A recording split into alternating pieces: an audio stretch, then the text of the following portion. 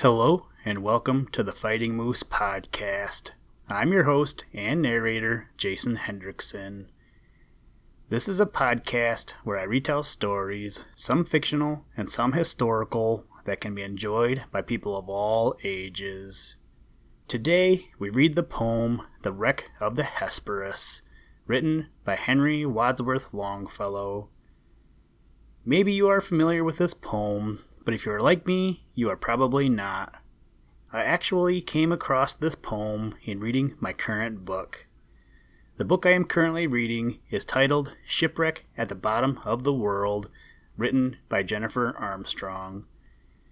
This book relates the story of Sir Ernest Shackleton's 1914 expedition of Antarctica. During the expedition, his ship, the Endurance, became trapped in the ice. While waiting for the ice to break up, the crew is trying to entertain themselves, and apparently, during this time, a crew member recited this poem. So that is how I got to today. The book is pretty good. I am about halfway through it, and I would definitely recommend it. So if you're looking to read something, check it out. Now, let's turn to today's story. I hope you enjoy. Let's begin. Liftoff. We have a liftoff.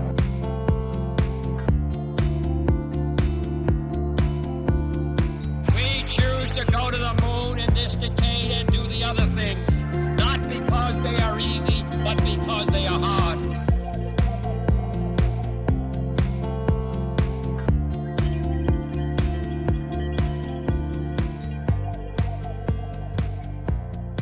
The Wreck of the Hesperus. It was the schooner Hesperus that sailed the wintry sea, and the skipper had taken his little daughter to bear him company. Blue were her eyes as the fairy flax, her cheeks like the dawn of day, and her bosom white as the hawthorn buds that ope in the month of May. The skipper he stood beside the helm, his pipe was in his mouth, and he watched how the veering flaw did blow, the smoke now west, now south. Then up and spake an old sailor, had sailed to the Spanish main, I pray thee put in yonder port, for I fear a hurricane. Last night the moon had a golden ring, and tonight no moon we see. The skipper he blew a whiff from his pipe, and a scornful laugh laughed he. Colder and louder blew the wind, a gale from the northeast. The snow fell hissing in the brine, and the billows frothed like yeast.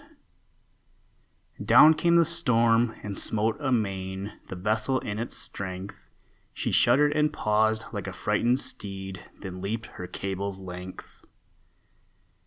Come hither, my little daughter, and do not tremble so, for I can weather the roughest gale that ever wind did blow. He wrapped her warm in a seaman's coat against the stinging blast. He cut a rope from a broken spar and bound her to the mast. "O father, I hear the church bells ring. O say, what may it be?" "'Tis a fog bell on a rock-bound coast," and he steered for the open sea. "O father, I hear the sound of guns. O say, what may it be?" "Some ship in distress that cannot live in such an angry sea." "O father, I see a gleaming light. O say, what may it be?" But the father answered never a word, a frozen corpse was he.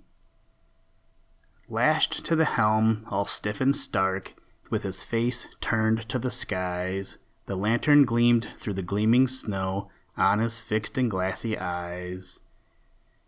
Then the maiden clasped her hands and prayed that saved she might be, and she thought of Christ who stilled the wave on the lake of Galilee.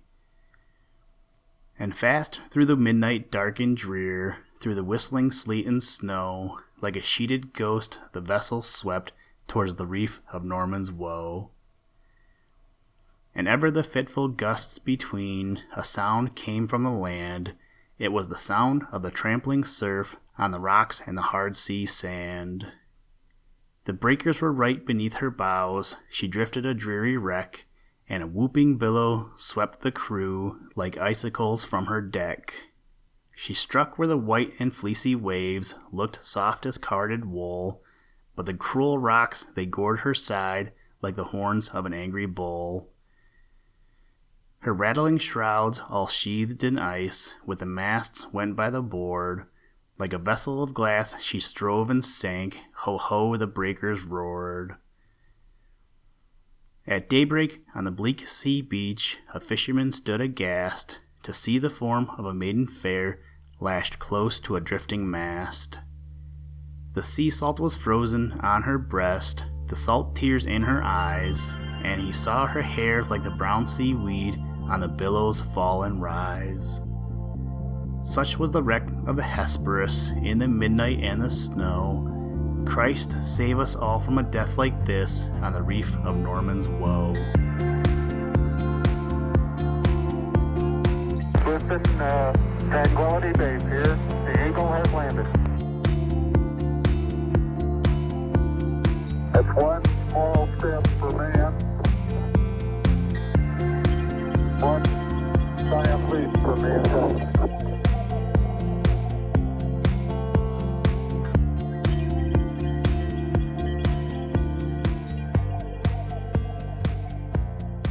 Thank you for listening to this episode of the Fighting Moose Podcast. Please join us next time as we read another exciting story. Today's music was provided by the artist Analog by Nature, and the audio clips were provided from NASA. For more information to download and or listen to audio or materials from all our recordings, or to contact us, please visit www.thefightingmoose.com, or you can follow the links in the show notes. If you enjoy the podcast, please leave us a review wherever you get your podcast or on iTunes, and tell a friend. Thank you for your patronage, and as always, try and do a random act of kindness every day. Mission complete, Houston. After serving the world for over 30 years, the space shuttle turned its place in history and has come to a final stop.